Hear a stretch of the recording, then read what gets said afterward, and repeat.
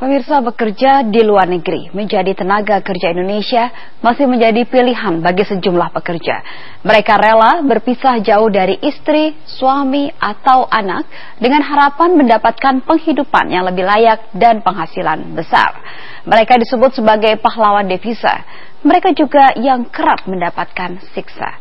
Pemirsa, inilah Teras Siang hari ini, derita pahlawan devisa.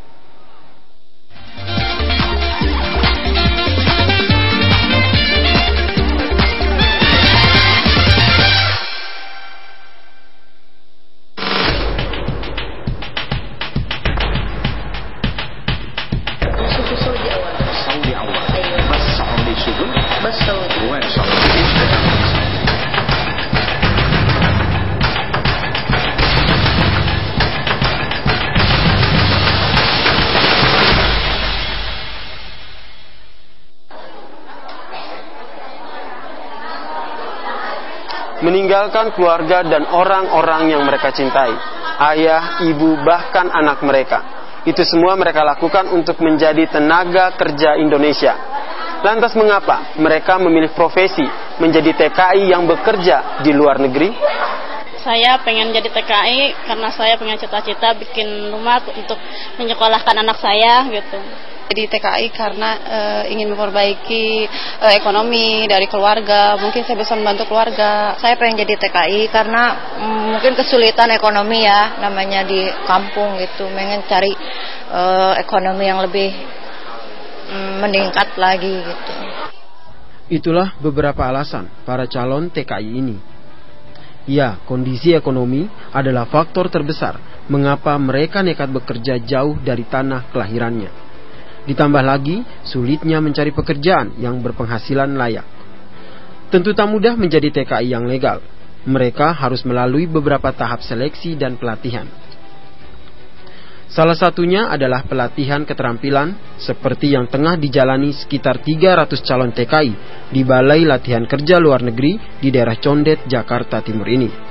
Di tempat inilah mereka ditempa sebelum akhirnya ditempatkan di beberapa negara di Timur Tengah. Di PLKLN yang saat ini mengenai mungkin ada tata graha, baby sister, tata boga, terus laundry, dan lain sebagainya yang terkait mengenai untuk kerumah tanggaan, penata laksana rumah tangga.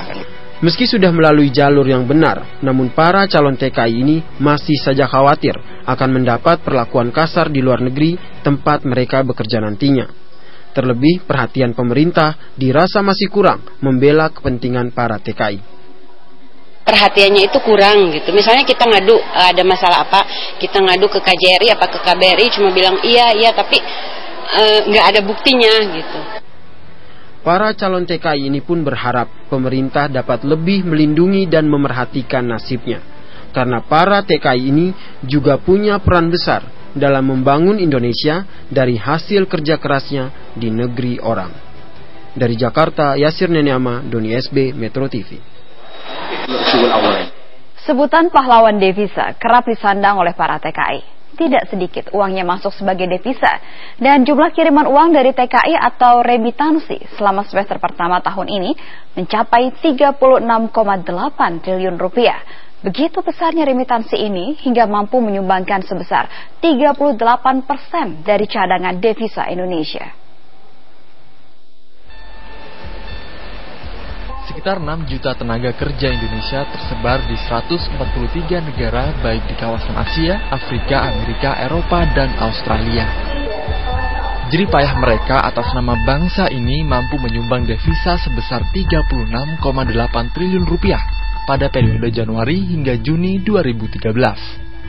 Catatan ini menyumbang 38% dari cadangan devisa hingga Agustus 2013 sebesar 92 triliun rupiah.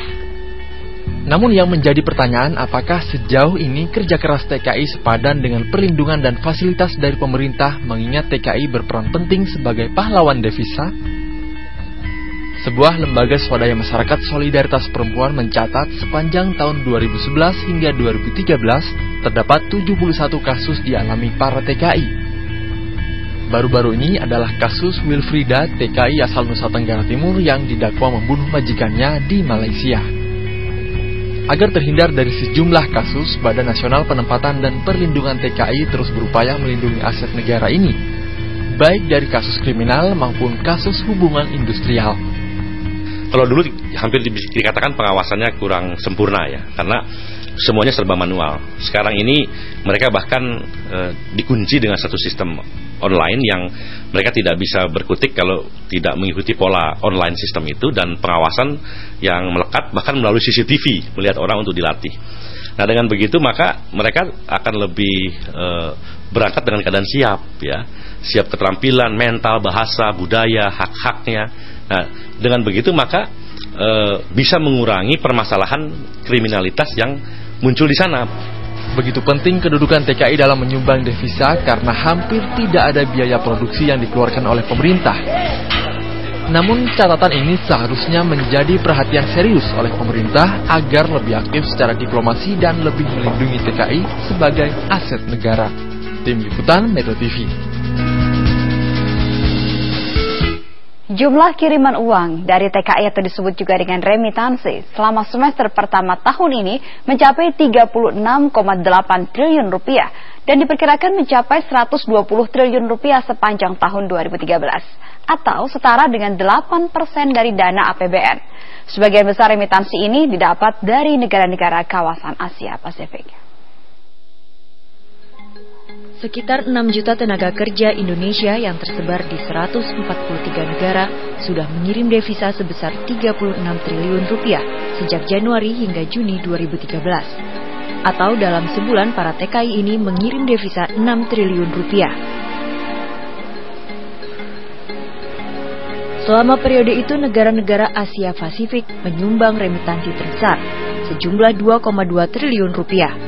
Selanjutnya, negara kawasan Timur Tengah dan Afrika sebagai negara penyumbang terbesar kedua sejumlah 1,1 triliun rupiah. Kemudian Amerika sebesar 255 miliar rupiah, serta Eropa dan Australia menyumbang 44 miliar rupiah. Meskipun pada semester pertama tahun ini data remitansi sebesar 36 triliun rupiah, Badan Nasional Penempatan dan Perlindungan TKI optimis hingga akhir tahun ini remitansi mencapai 120 triliun rupiah. Angka ini berasal dari pengiriman jasa keuangan resmi ataupun yang langsung dibawa oleh TKI. Kalau kita bicara misalnya penjualan elektronik gitu ya, 7 miliar atau 8 miliar dolar, itu kan pertanyaannya berapa impornya gitu loh. Berapa importnya untuk menghasilkan produk elektronik tersebut. Sehingga netonya sebetulnya tidak besar. Karena dia beli komponennya pakai dolar kan, belinya kemudian dirakit di sini, kemudian diekspor lagi dengan angka 7-8 miliar dolar. Kalau TKI kan enggak.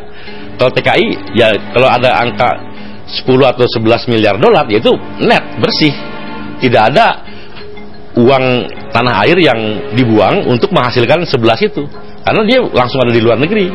Jumhur menambahkan jika target remitansi tahun ini mencapai 120 triliun rupiah, maka target ini melebihi remitansi pada tahun 2012 sebesar 100 triliun rupiah. Artinya, target remitansi akan menyumbang 8% dari pendapatan negara dalam APBN 2013 sebesar 1.500 triliun rupiah. Itulah mengapa begitu besar peran TKI hingga disebut sebagai pahlawan devisa. Tim Liputan Metro TV.